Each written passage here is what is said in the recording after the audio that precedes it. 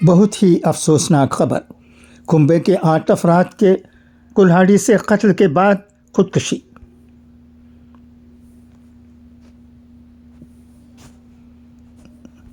چھندواڑہ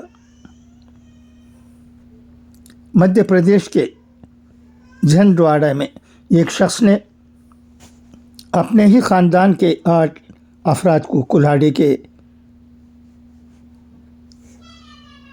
وار کر کے قتل کر دیا۔ جرم کرنے کے بعد مبینہ قاتل نے خودکشی کر لی۔ اطلاع ملنے کے بعد پولیس موقع پر پہنچ گئی۔ یہ واقعہ مہول بھیر تھانہ علاقے کے گاؤں بودل کچھار کا بتایا جاتا ہے۔ ایس پی منیش کھتری نے خاندان کے 8 افراد کی موت کی تصدیق کی ہے۔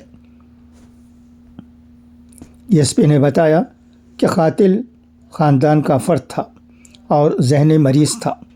گزشتہ رات اس نے بھائی، بھابھی، بیوی اور چھوٹے بچے سمیت اپنے خاندان کے 8 افراد کو قتل کر دیا۔ اس کے بعد اس نے گاؤں سے 100 میٹر دور نالے کے قریب درخت پر لٹک کر خودکشی کر لی۔ اس واقعے میں ایک بچہ زخمی ہوا ہے۔